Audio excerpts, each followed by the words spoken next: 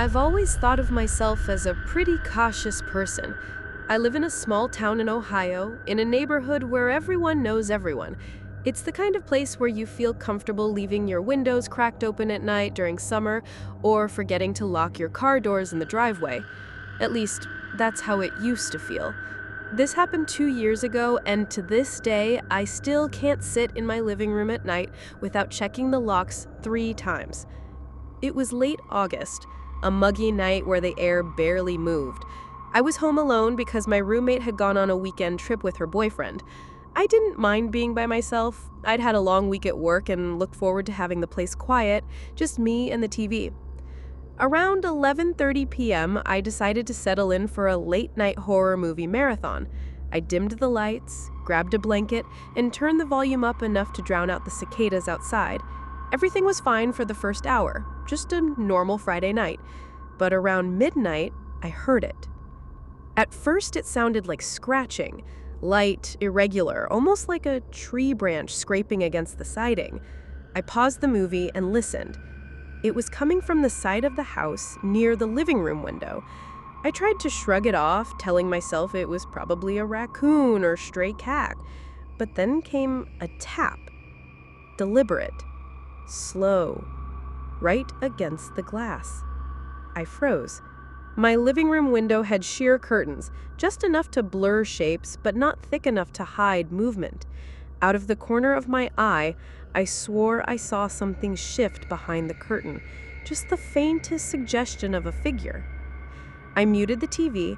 My heart pounded in my ears as I waited, staring at the window. Then another tap, this time harder, like someone pressing their finger against the glass. I grabbed my phone and texted my roommate, "Hey, are you sure you're still out of town? Just making sure." She didn't answer. I stood up slowly and crept toward the window, debating whether to pull the curtain back or not. Just as I was about to, I heard a different sound, footsteps on the porch. At this point, I called 911. My voice was shaking as I whispered to the dispatcher that someone was outside my house. She told me to stay on the line, to lock the doors, and that an officer was on the way. I tiptoed to the front door, careful not to make a sound.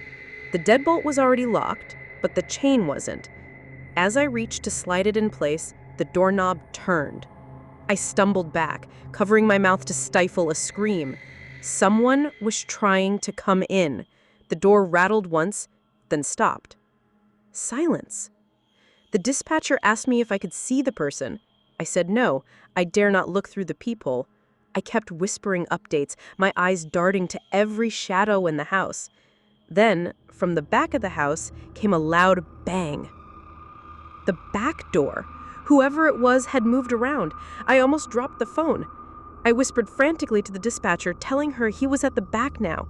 She said the officers were close. And then, silence again. For 2 minutes, nothing happened. I started to think maybe he'd run off, maybe he realized I'd called the cops. But then I noticed something that made my blood run cold. The hallway light, which I had left off, flickered on. He was inside. I swear my vision blurred with panic. The dispatcher kept telling me to stay calm, that help was pulling up, but all I could think was, there's someone in my house. I ducked into the closet by the living room, shut the door as quietly as I could, and tried to muffle my breathing. Every floorboard creak echoed through the silence, growing louder, closer. I could hear him moving, slow, deliberate steps down the hallway. At one point, he even whispered something I couldn't make out. My hands were trembling so badly I almost dropped the phone. Then came the sound of sirens in the distance. Red and blue lights flashed against the curtains a moment later. The footsteps stopped. For a second, the house was dead silent. Then I heard the back door slam shut, and whoever it was bolted into the night. The police swept the house, guns drawn, but he was gone. All they found were muddy boot prints by the back door and fingerprints on the front doorknob. They told me it looked like he had been watching the house, maybe even knew I was alone. To this day, he's never been caught. I moved out a month later and I haven't lived alone since. The scariest part isn't that someone tried to break in, it's that for those few minutes, he was already inside.